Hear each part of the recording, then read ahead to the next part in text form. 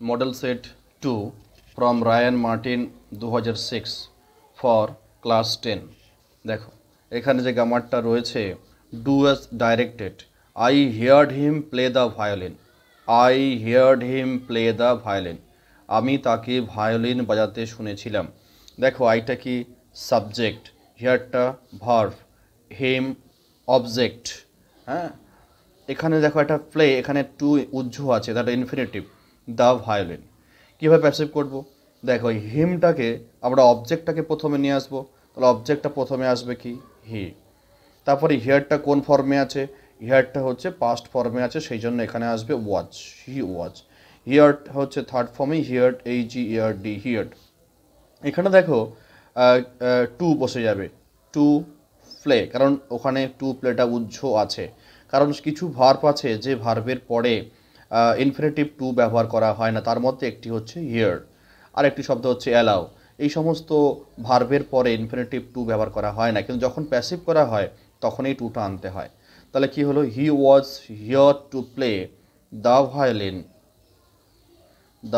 violin by I থাকলে কি হবে আই থাকলে মি নেক্সট দেখো একটি নারেশন চেঞ্জ দেওয়া আছে she said oh had I the wings of a bird সে বলেছিল যদি আমার একটা পাখির মতো ডানা থাকতো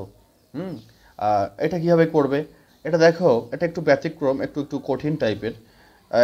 এটা হচ্ছে তার ইচ্ছা প্রকাশ করলো তার ইচ্ছা যে যদি পাখি মতো ডানা থাকতো সেই কারণে উইস হবে সো সি উইস্ট দ্যাট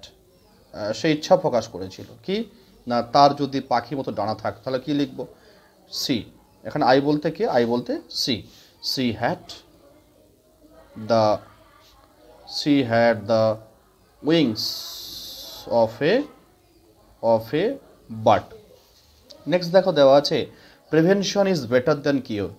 এটাও খুব সুন্দর একটি গ্রামার এটা কমপ্লেক্স করতে বলা হয়েছে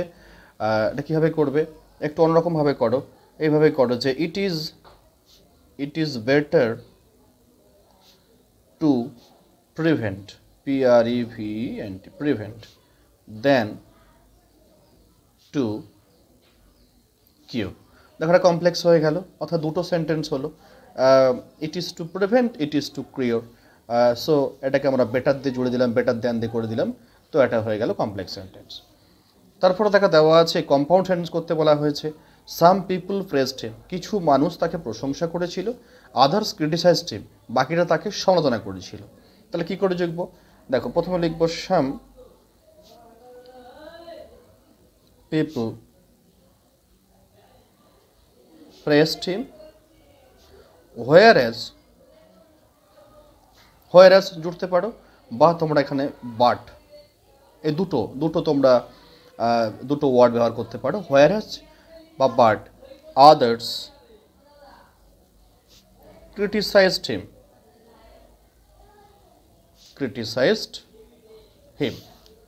নেক্সট দেখো বলছে your sister is as smart as you তোমার বোন তোমার মতোই স্মার্ট স্প্লিট মানে কি দুটো সিম্পল সেন্টেন্স তৈরি করতে হবে তাহলে সেটা কীভাবে করবো প্রথমেই দেখো আমরা লিখব যে এক নম্বর কি লিখব যে ইউ আর স্মার্ট মানে ইউ